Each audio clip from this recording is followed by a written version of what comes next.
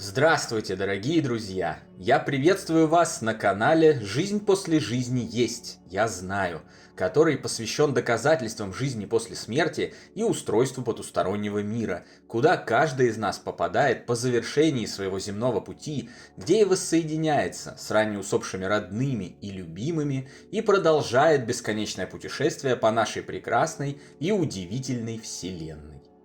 Ваши вопросы вы можете задать мне после лекции в нашей приватной группе в Телеграме. Ссылка в описании, а пока начнем. И сегодня мы поговорим о знаках и посланиях с того света, о которых рассказывают многочисленные свидетели, прошедшие через смерть своих близких. Разберемся в том, правда это, вымысел, галлюцинации или самообман, и узнаем механизм, с помощью которого таковые послания возникают и появляются. Приступим. Почти каждый, кто проходил через утрату родных и любимых людей, может припомнить странные и невероятные события, происходившие после их смерти. На похоронах и кладбищах вдруг появляются и начинают активно привлекать внимание бабочки или птицы. В квартирах, где жили усопшие, могут слышаться звуки шагов и дыхания, обрывки фраз, произнесенные их голосами, двигаются предметы, мигают лампочки, возникают сквозняки, которым неоткуда взяться, начинают настойчиво сниться сны, в которых живущие встречаются с умершими. Могут даже появляться разнообразные надписи на запотевших окнах и зеркалах, как это было, например, у меня, и о чем я в подробностях рассказал в нашей первой книге «Жизнь после жизни есть, я знаю. Путешествие скептиков в потусторонний мир», зафиксировав многие из таких паранормальных проявлений фотографически.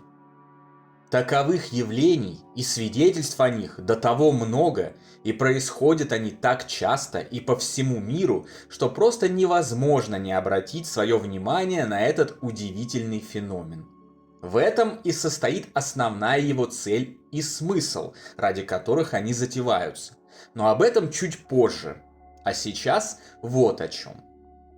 Когда горюющие люди сталкиваются с подобными потусторонними явлениями, они пытаются поделиться информацией о них с окружающими. А окружающие в подавляющем большинстве случаев немедленно начинают убеждать их, что все это галлюцинации, возникающие на почве горя. И нужно срочно перестать думать о них, чтобы не сойти с ума и не умереть вслед за тем, кто уже перешел порог между мирами. Поскольку скорбящий человек одинок в своем горе и сил у него очень мало, то, как правило, он поддается на эти увещевания, убеждает себя в том, что все эти послания и знаки с того света лишь плод его воображения, а также желание убедить себя в том, что его любимый человек не умер, а пережил телесную смерть. Затем он отмахивается от поступающих с той стороны посланий и закрывает этот вопрос. Либо до конца жизни, либо до момента, когда снова сложатся подходящие условия для того, чтобы пересмотреть свои скептические убеждения.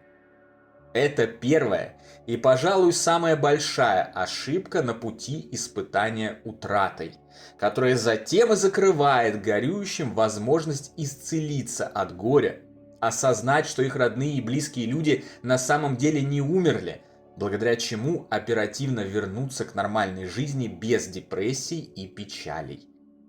Окружающих же можно понять, им страшно. Ни за что на свете они не хотят оказаться на месте того, кто потерял своих родных.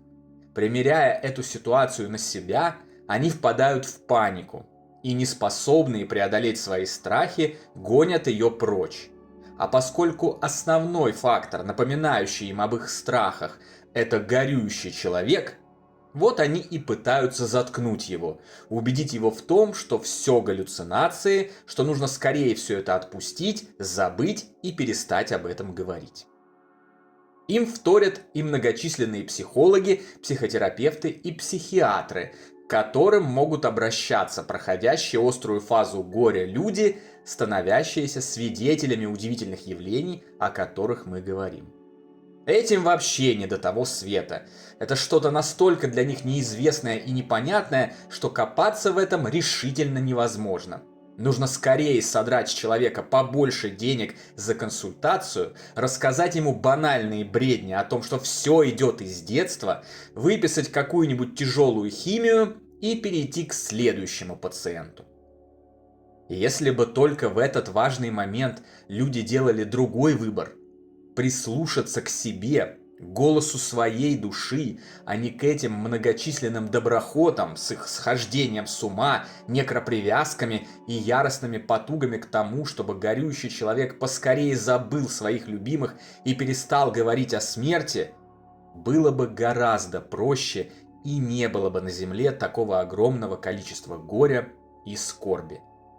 Но пока имеем то, что имеем. И пройдет еще немало времени, прежде чем эта недоработка воплощенного человечества будет устранена. Сейчас же остается только рассказать о том, как все обстоит на самом деле, и надеяться, что найдутся те, кто отыщет в себе силы отмахнуться не от этой информации, а от бредней о галлюцинациях. Друзья, в эти непростые времена, чтобы выжить, нашему проекту нужна ваша поддержка. Если вам нравится, а быть может и помогает наша работа, поддержите нас донатом по ссылкам в описании или становитесь спонсорами канала по кнопке под любым видео. Благодаря вашей поддержке мы издаем наши книги, а распространяемые нами знания, помогающие горюющим, остаются бесплатными для всех. Большое вам спасибо, ну а теперь вернемся к лекции. Так называемые знаки и послания с того света – это не выдумки, не самообман и не галлюцинации. Они действительно есть, и если вы когда-либо становились свидетелями чего-либо подобного и под напором в кавычках заботливых граждан убеждали себя, что вам показалось, вам не показалось. Умирая, то есть покидая погибшее по тем или иным причинам биологическое тело, любой человек продолжает свое бытие и оказывается в духовном мире, который называют потусторонним, астральным или тем светом. В реальности это мир мысли, мир сознания, наш родной и гораздо более естественный для всех нас мир, нежели земной. Вернувшись в этот мир, большинство умерших людей осознают это и, проявляя неравнодушие и заботу о своих оставшихся на земле любимых, пытаются передать им информацию о том, что они не умерли, что все в порядке, и они еще обязательно встретятся, когда придет время. Это делается в целях утешения, чтобы люди, оставшиеся в плотном мире, не закапывали свои жизни в землю, а продолжали нормально и деятельно жить. Вот здесь и появляются все эти бабочки, птицы и прочие сигналы с той стороны. В это может быть сложно поверить из-за материального склада мышления, сопротивления социума и уверенности, что такого не может быть просто потому, что не может быть никогда. Но это правда. Разумеется, мертвые ни в кого не вселяются, как это показывают в глупых фильмах и пишут в не менее глупых книжках. Никуда не прилетают бабочками и птичками. И в теле собачки или кошечки не смотрят на живых их глазами. Механизм здесь другой. У каждого из нас есть возможность телепатически, мысленно, на расстоянии воздействовать на другое сознание. Она есть у вас, у меня, у всех. У умерших эта способность, если они занимаются ей, развита чуть лучше и имеет чуть больше практических плоскостей применения, включая, но не ограничиваясь, отправку так называемых знаков и посланий с того света. Поэтому они, в упрощенной человеческой терминологии, как бы подключаются к сознанию более просто устроенных духовно созданий с меньшей информационной емкостью, в данном случае насекомых, птиц, животных, воздействуют на него и с их помощью обращают на себя внимание живых. Конечно, бабочка, настойчиво летающая вокруг гроба, это не ваш муж, не ваш брат, сын или любой другой усопший, вселившийся в нее и усердно машущий крылышками. Это физически умерший, который своим сознанием, находясь в духовной части мироздания, телепатически направляет к сознанию бабочки свои мысли, слегка меняющие ее движение таким образом, чтобы живущий обратил на это внимание и считал в этом послание. Послание, что никакой смерти нет, что мертвый вовсе никакой не мертвый, а очень даже живой и ждет воссоединения со своими любимыми в духовной области Вселенной, стереотипно называемой загробным миром. Примерно таким же образом передаются и все остальные письма с того света. Например, уже знакомые нам сердечки, появляющиеся то здесь, то там, которые в огромном изобилии наблюдал и я, и многие другие наши читатели, зрители и подписчики, ежедневно показывающие их в нашей телеграм-группе. Разумеется, умерший не рисует их своим призрачным пальцем у вас на пути, а просто подключается к вашему сознанию и мысленно обращает ваше внимание на эти сердечки, а вы начинаете их замечать повсюду, хотя раньше не видели их нигде. Умершие в отсутствии прямой связи с миром живых ищут и находят опосредованную связь. Это примерно как если бы у вас отключились все средства связи, а вам бы позарез было нужно как-то передать послание в соседний дом. Вы бы взяли фонарик и азбукой Морзе просигналили бы его из окна. Точно так же все обстоит и со связью между мирами. Вот в чем смысл всех этих удивительных и очевидных явлений, в которые миру так сложно поверить. Но прогресс потихоньку идет. И даже некоторые психиатры, которых мы упомянули пару минут ранее, понемногу меняют свою скептическую убежденность и начинают не только верить в реальность этого феномена, но и сами проводят собственные исследования, доказывающие существование жизни после смерти и потустороннего мира.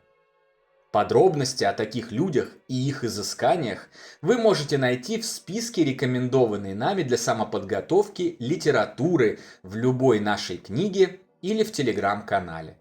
Мы очень рекомендуем изучить эти источники для того, чтобы разобраться, понять и обрести не просто веру, но уверенность в том, что наши родные и любимые, уже покинувшие земной мир, вовсе не умерли, а продолжают жить и спокойно ожидают воссоединения с нами в момент, когда мы доживем наши жизни здесь и отправимся в наш общий, замечательный, домашний духовный мир.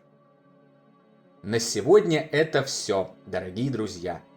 Дополнительную интересную и полезную информацию за пределами лекций, ответы на ваши вопросы о жизни после смерти и наш приватный чат, в котором я бываю регулярно, вы найдете в нашем телеграм-канале. Ссылка на него, как всегда, в описании видео и на экране. Добро пожаловать! Встречаемся на следующей лекции здесь же, на нашем канале. А пока всего вам самого лучшего, волшебного и замечательного.